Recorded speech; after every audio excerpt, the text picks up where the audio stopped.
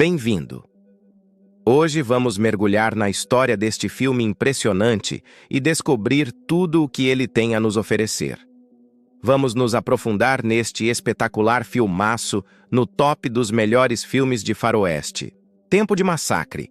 Título que ressoa como um eco distante dos tambores de guerra. Tradução do original italiano Le Colt cantarono la morte e fu Tempo de Massacro, que em sua poesia brutal significa literalmente Os Colts cantaram a morte e foi Tempo de Massacre.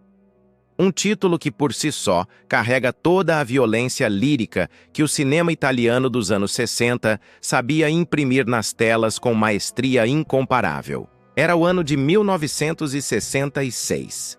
O mundo vivia tempos de transformação profunda.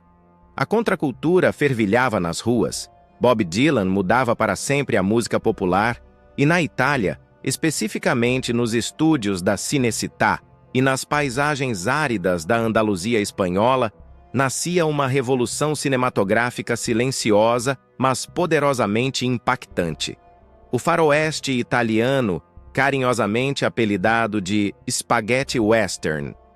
Neste contexto efervescente, um jovem diretor chamado Lucio Fulci, que mais tarde se tornaria uma lenda do cinema de horror, decidiu explorar os territórios áridos e moralmente ambíguos do oeste americano através de lentes tipicamente europeias.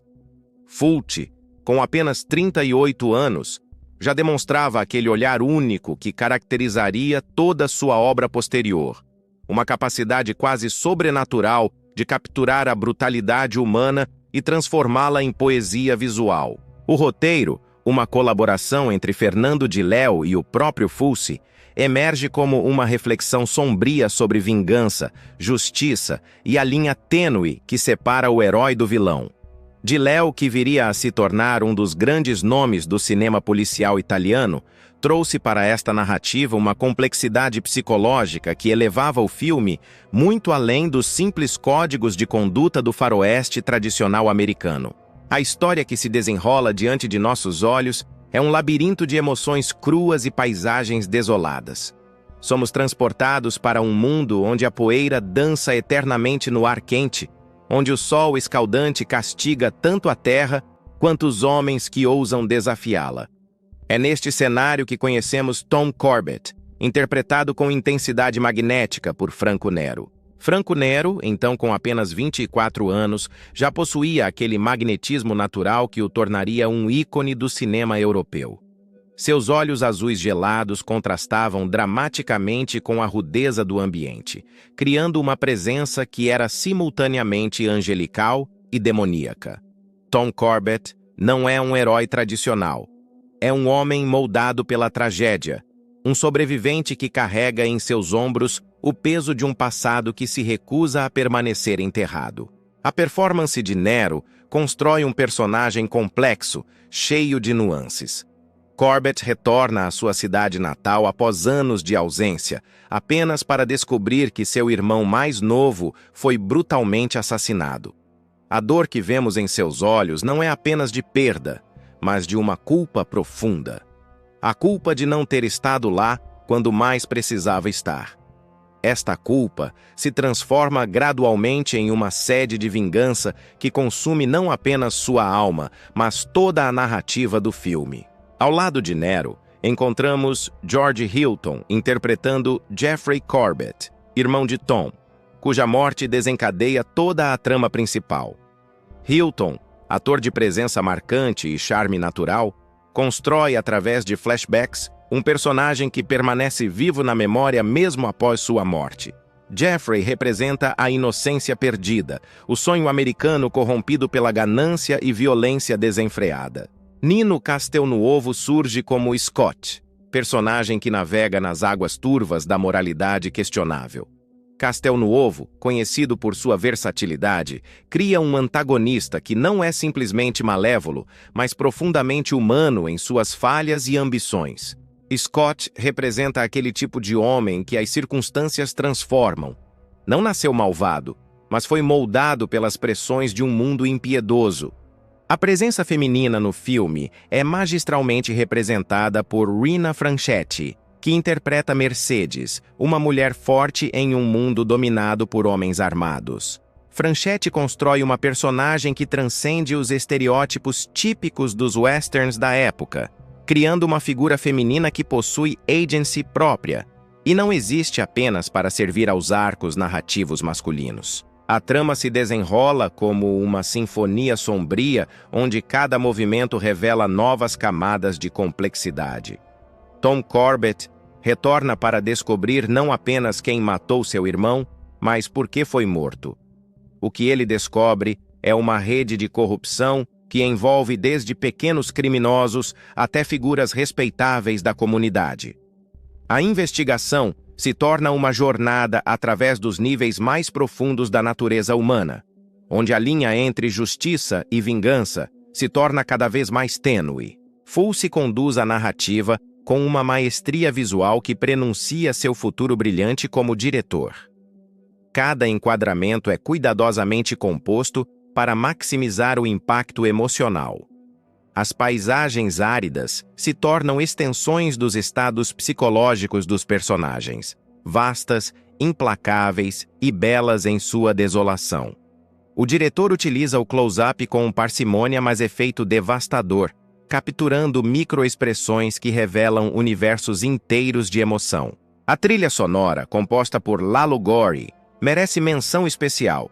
Gori cria uma partitura que funciona como um personagem adicional na narrativa. As melodias carregam tanto a melancolia do passado perdido quanto a tensão crescente do conflito iminente. Os temas musicais se entrelaçam com a ação de maneira orgânica, elevando momentos que poderiam ser simplesmente funcionais a alturas emocionais inesperadas. Cinematograficamente, o filme se beneficia enormemente do trabalho de Sergio Dofizzi na direção de fotografia. Dofizzi captura a luz dourada do Mediterrâneo e a transforma na luz impiedosa do oeste americano. Suas composições brincam constantemente com luz e sombra, criando uma atmosfera que é simultaneamente realista e expressionista. As sombras se tornam personagens próprios, sugerindo perigos ocultos e verdades não reveladas. O ritmo narrativo de Tempo de Massacre é deliberadamente contemplativo nos momentos iniciais, permitindo que a atmosfera se estabeleça e que os personagens respirem. Fulci entende que a violência tem maior impacto quando emerge do silêncio, quando explode após períodos de tensão cuidadosamente construída. Esta abordagem cria um senso de inevitabilidade. Sabemos que a violência virá, e esta expectativa torna cada momento de calma carregado de significado. A recepção internacional do filme foi particularmente interessante. Na Itália, foi recebido como mais um exemplo da crescente sofisticação do faroeste nacional. Críticos italianos elogiaram especialmente a complexidade psicológica dos personagens e a fotografia evocativa. Na França, onde o cinema de gênero sempre foi levado mais a sério pela crítica, Tempo de Massacre encontrou defensores entre os jovens críticos da Cahiers du Cinéma, que viram no trabalho de Fulci uma evolução natural do faroeste como forma de arte. Nos Estados Unidos, o filme teve uma recepção mais mista. Alguns críticos americanos inicialmente resistiram ao que percebiam como uma apropriação cultural do gênero que consideravam fundamentalmente americano. No entanto, com o passar dos anos, uma reavaliação crítica revelou as qualidades únicas que os realizadores europeus trouxeram ao western, e Tempo de Massacre passou a ser reconhecido como uma contribuição significativa para o gênero. O filme também marcou um momento importante na carreira de Franco Nero. Após este trabalho, Nero se estabeleceu definitivamente como uma das principais estrelas do faroeste italiano, caminho que o levaria no ano seguinte ao icônico Django, de Sergio Corbucci. A intensidade física e emocional que demonstra em Tempo de Massacre já antecipava a presença magnética que faria dele uma lenda do cinema. Uma das curiosidades mais fascinantes sobre a produção diz respeito às locações. Enquanto a maioria dos faroestes italianos era filmada na Espanha, especificamente na região da Andaluzia, que duplicava convincentemente como território americano. Parte de Tempo de Massacre foi filmada em locações italianas, particularmente nas regiões montanhosas do norte da Itália. Esta escolha criou uma paleta visual ligeiramente diferente, com paisagens que possuíam uma qualidade quase alpina que, paradoxalmente, funcionava perfeitamente para a narrativa. Durante as filmagens, Lúcio Fulci demonstrava já aquela meticulosidade obsessiva que caracterizaria toda sua obra posterior. Relatos da época descrevem um diretor extremamente preparado, que chegava ao set com cada sequência minuciosamente planejada. Franco Nero, em entrevistas posteriores, lembrou-se de Fulci como um diretor que exigia múltiplas tomadas, não por indecisão, mas porque tinha uma visão muito específica de como cada momento deveria ser capturado. Um aspecto particularmente interessante da produção foi a abordagem de Fulci em relação à violência. Mesmo neste período inicial de sua carreira, muito antes de se tornar conhecido pelos filmes de horror extremo, Fulci já demonstrava uma compreensão sofisticada de como a violência poderia ser usada cinematograficamente não apenas para chocar, mas para revelar verdades sobre os personagens.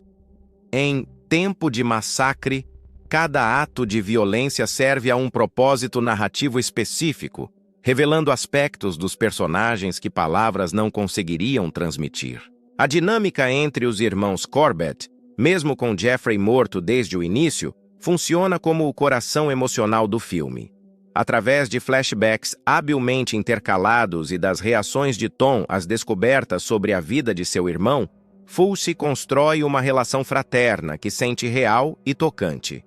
A culpa de Tom por ter deixado Jeffrey sozinho não é apenas um motor narrativo, mas uma exploração genuína de como o peso da responsabilidade familiar pode definir e destruir um homem. O filme também funciona como um comentário social sutil sobre a América dos anos 60, vista através de olhos europeus. As questões de corrupção, violência endêmica e a falência das instituições que permeiam a narrativa ecoavam preocupações contemporâneas sobre a sociedade americana que estavam sendo debatidas intensamente na época, especialmente à luz dos eventos políticos e sociais que marcavam aquela década turbulenta. Tempo de Massacre chegou aos cinemas em um momento crucial para o faroeste italiano. Era o período em que o gênero estava se estabelecendo não apenas como uma curiosidade de mercado, mas como uma forma de arte legítima, com sua própria linguagem visual e narrativa. O filme contribuiu significativamente para esta legitimação, demonstrando que os realizadores italianos não estavam simplesmente copiando fórmulas americanas, mas criando algo genuinamente novo e pessoal. A influência do filme pode ser percebida em trabalhos posteriores do próprio Fulci, mas também na obra de outros diretores da época. A abordagem psicológica complexa dos personagens, a fotografia expressionista e o ritmo narrativo contemplativo se tornaram marcas registradas do melhor faroeste italiano, elementos que separavam claramente as produções europeias de seus equivalentes americanos. 58 anos após seu lançamento, Tempo de Massacre permanece como um testamento da criatividade e ousadia do cinema italiano dos anos 60. É um filme que recompensa múltiplas visualizações, revelando novas camadas de significado a cada encontro. A complexidade de seus personagens e a beleza melancólica de sua direção criam uma experiência cinematográfica que transcende os limites do gênero. Para os amantes do faroeste, este é um filme essencial que demonstra como o gênero pode ser usado para explorar temas universais de família, vingança e redenção. Para os admiradores do cinema italiano, representa um momento crucial na evolução de um dos diretores mais controversos e fascinantes da história do cinema. E para qualquer pessoa interessada em narrativas que desafiam convenções e expectativas, Tempo de Massacre oferece uma experiência rica e recompensadora, que permanece relevante décadas após sua criação. Este é um filme que merece ser redescoberto por novas gerações de cinéfilos. Um trabalho que prova que, mesmo dentro dos confines aparentemente restritivos de um gênero popular, artistas verdadeiros podem criar obras de duração e significado profundos. Tempo de Massacre não é apenas entretenimento, é cinema no sentido mais puro da palavra, uma sinfonia visual e emocional que continua a ressoar através dos anos. E você, já assistiu a esse clássico do faroeste? Compartilhe conosco a sua experiência nos comentários. Quem sabe a sua memória também não guarda alguma emoção que esse filme lhe despertou. Estamos curiosos para saber. Até breve!